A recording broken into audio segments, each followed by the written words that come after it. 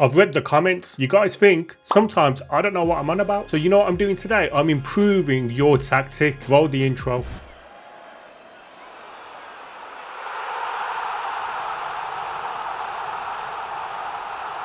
Hello everybody and welcome back to the FM Scout channel. My name is Diz and today we've got a bit of a tactic tester with a twist. Now part of my thing is I really like giving back. So when I see a tactic and it works reasonably well, I want to put that on the FM Scout channel. It's my way of giving back to you, the viewers, who make this wonderful community. However, I had some comments recently about the goals that were conceded and saying that defensive tactics ain't as defensive or tactics ain't as effective as I was making out that they were, when really I've always said what it is on the tin. But today we're going to mix things up a little bit. We're going to take one of your tactics, we're going to simulate it, and then I'm going to try and improve it and simulate it again, and we'll see what the gaps were, what the changes were, and hopefully I'm trying to get some credibility back. So can I ask, if you like this kind of content, please like this video, subscribe to FM Scout, leave a comment below, or link me one of your tactics. In fact, go to the FM Scout website and link the tactic up there and I'll pick one at random. But let me know you've done it and let me know what formation it is. Also then let me know what improvements you'd make to this tactic. And while you're on YouTube, go visit my channel, Mr. Diz TV, where I do interviews of your favorite content creators. I do some tactic tests, I do some rebuilds, bit of everything. So please go and check it out and then go and sub to that channel. It would mean the absolute world to me. And go check me out on Twitter as well. So the tactic I'm trying today has been submitted by Elite Yoda. Okay, it's a 3-3-3-1 system.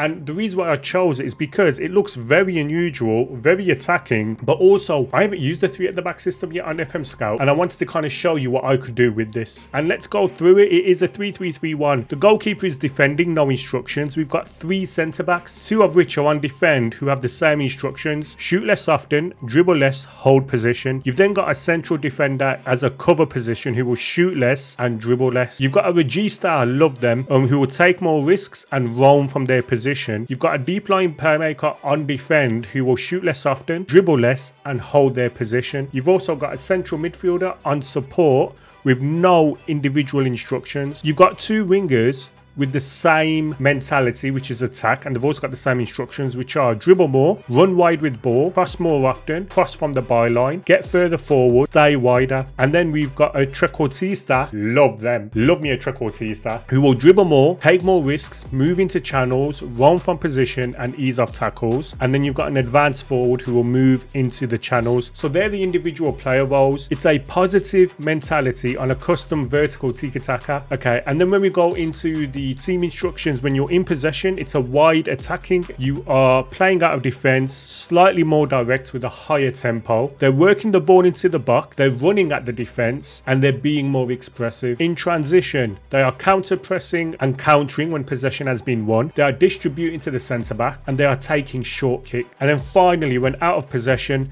they've got a offside trap. So they're using an offside trap. They're using a high defensive line with a high line of engagement, a standard defensive width, and then we've got use tighter marking, trigger press more often, and prevent short goalkeeper distribution. So that's the individual instructions and the team instructions for this tactic. Now it's worth pointing out that this tactic is meant for elite teams. However, I wanted to test it with Atlanta and Borussia Dortmund. So let's run the simulation and let's see how it did with Atlanta, and then we'll see how it did with Borussia Dortmund before we discuss the changes. So let's start off with how they did in the competitions. Ultimately, I don't think this is a good comparison because anything can happen in competition, and you can also end up being drawn with different teams. However, in the Italian Cup, with the formation that Elite Yoda submitted, they won the Italian Cup, Atlanta did. They then got knocked out in the group stage of the Champions League, but they finished 5th in the Italian Serie A. Now looking at them finishing 5th, they ended up with 68 goals scored, 46 conceded, and a total of 64 points. Now that is a fair comparison because ultimately in the Serie A, you're going to play the same league, you're going to play the same team twice. So it is a fair comparison. So this is what we'll be focusing on. My aim is to score more goals, hopefully concede less. Defensive tactics is not my strong point, but I need to do it.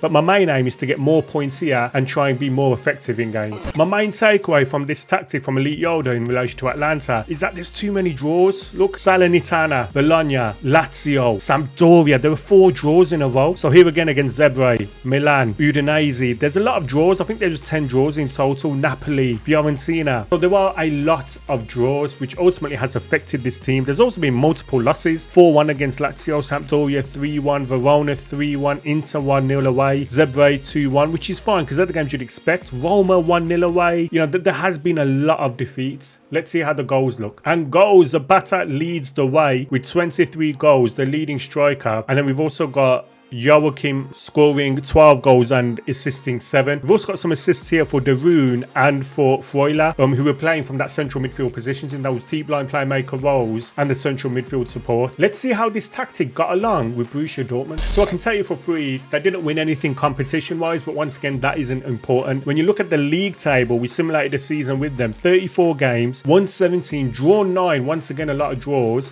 Lost 8. They scored 78. They conceded 48 and they got a total of 60 points. That 48 goals, it's a lot to concede. So there's one of two things we can try and do. We can either try and score more goals, which kind of nullifies the amount that you're conceding. The old attack is the best form of defense, or we try and block out and concede less. Now, I want to stick with this tactic. The skeleton of this tactic will stay the same. I'll only change player roles and team instructions and individual instructions. I won't change the actual skeleton of it. So we will still play with the 3-3-3-1. So I'm going to look and focus on the attack more a little bit. But let's see what else happened with Dortmund. Once again, we look at their results and conceding far too many goals and too many draws. 2-2 here, 3-3 here, 2-2 against PSV. 2-1 in the Bundesliga against Wolfsburg. We've got 1-1 against Arminia Bielefeld. And then right here, it seems to be the nooks and crannies of the season. They just totally capitulate. There's 1, 2, 3, 4, 5, 6, 7, 8 games in a row without a victory. And a lot of losses and a lot of draws in that time as well. So not the best, I'm not going to lie. Let's see what their team did in relation to goals. So I think this will be the first marker of success. Erling Haaland scored 53 goals in 45 games. That is a phenomenal return. Julian Brandt,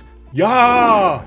Work the space reference. 10 goals in 45 appearances, 11 assists. So ultimately they did rely heavily on Erling Haaland and that advanced forward. But what we're going to do now is I'm going to make the changes to my tactic and I'm going to show you what the results were and then I'll show you my tactic. Okay, we're going to show you the results first. So here we are in the league with Borussia Dortmund. I've made my tweaks. I spent ages this morning making my tweaks on the tactic. And here we are with Borussia Dortmund. So I played 34. They score 98 goals. Okay, I told you I can do attacking. Defensive, I'm not brilliant. So we still concede 49 goals, which is 1 more goal, but we score over 20 more. And we end up with 12 more points in the season. So I'd consider this tactic to be a success. Let's see what they did in relation to fixtures. So the draws, there were only 3 draws in the Bundesliga, which I think is quite important. Yes, there were still some losses. We lost 2 games less than we did last season, but we drew 7 games less, which is massive. Union Berlin and FC Köln, so right at the bottom end of the season from February onwards. But all in all, some great performances. 7-2 victory there, 3-0 against Bochum, 3-2 against Wolfsburg. Yes, we've had some losses as well. This tactic isn't perfect, but what I'm trying to do is improve your tactic, not create the best tactic. That will take a lot more time than the 2 or 3 hours I spent all morning trying to sort it all out. Let's see what goals did. Okay, Erling Haaland, right, scored 52 goals with the tactic from Elite Yoda. But then Mr. Diz TV came along and went, no, that is not good enough. So here he is scoring 62 goals, right? Erling Haaland scores 62 goals. Marco Reus, 15 goals, 24 assists. Julian Brandt, 10 goals, 13 assists. Hazard with 15 assists. And as we go down, Jude Bellingham with 14 assists. So the tweaks that I've made to this tactic to score more goals, they've worked. I think we can agree that they've worked. But I know what you said. Diz, you fluked it, mate. You fluked it. You don't know what you're doing, mate. You fluked it. Let's go to Atlanta now and see what happened with my tactic. So these tweaks have enabled me to get 21 more points in the season with Atlanta. I only lose the Serie A title by 2 points. We also do concede less than we did in the initial Elite Yoda tactic with 41 goals conceded. So we concede 7 less. And then we score another 10 or so, I think. 10, 15 more goals because we score 77 goals. Once again, I feel like this tactic has been improved. I feel like we've improved the tactic. So, bing! 1 more for the good guy. That's me.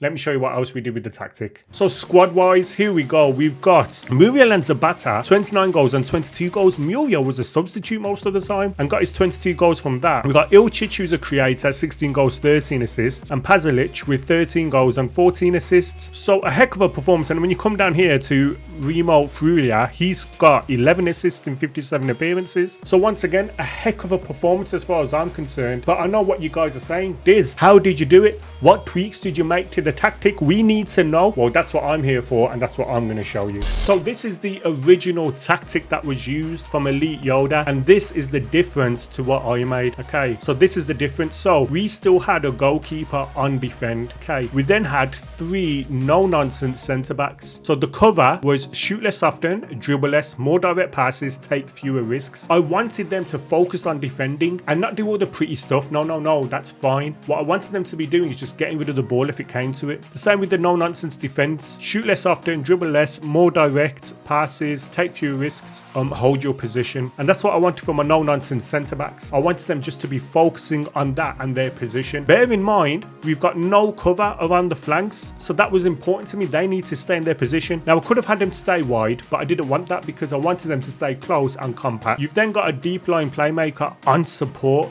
So the other formation, which is here, had a regista, okay, the aggressive version of the deep line playmaker. However, I wanted just a deep line playmaker just to be passing that ball, getting that ball where it needs to go, dribble less, shoot less often, take more risks, hold position. So I wanted him to stay in front of the ball, but I wanted him to be looking for those opportunities. The original tactic had central midfielder on support and a deep line playmaker on defend. I didn't think that was good enough, and I wanted to connect the defense with the attack. So we've got a Carrilero who'll play between the lines, okay, on support, who's on stay wider, which kind of provides the cover around there. That's what I wanted. And the box-to-box midfielder to go from one box to the other box, which might include going further and in advance of the striker or ahead of the shadow striker. I wanted him to basically be involved in both boxes, whereas this Carrilero can be the link man between the defense and the attack and stay in between. We then had 2 wingers. So for this one though, the one on the right, I had him cross and aim towards the center, dribble more, run wide with the ball, cross more often, cross from the byline, get further forward and stay wider,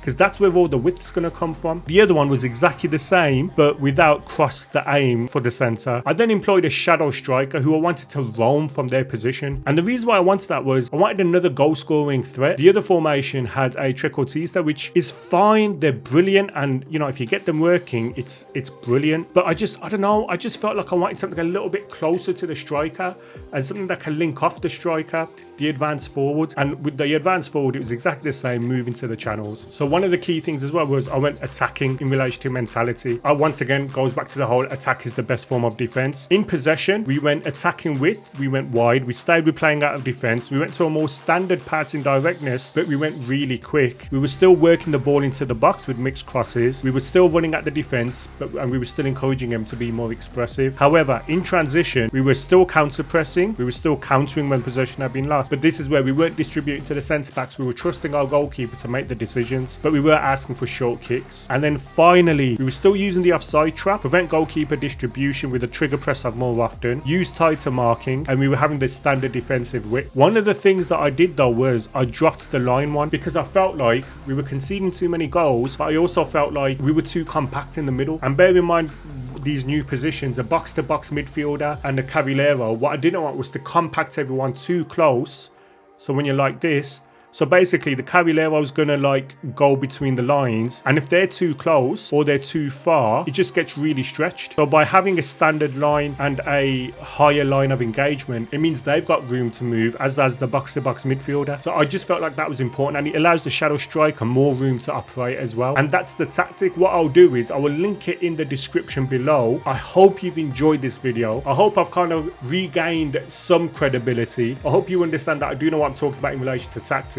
I could have tweaked it more and more. Time is against me at the minute. I feel like I did enough to show that we can improve tactics, and that's what I want to do more of. So if you're interested, link your tactic to FM Scout, okay, on their webpage, and then let me know in the comment below, and I'll have a look and I'll pick one every week and I'll see if I can improve your tactic. How about that? Does that sound like a good series idea? And then you let me know what you do underneath to get a little bit better and to get more solid.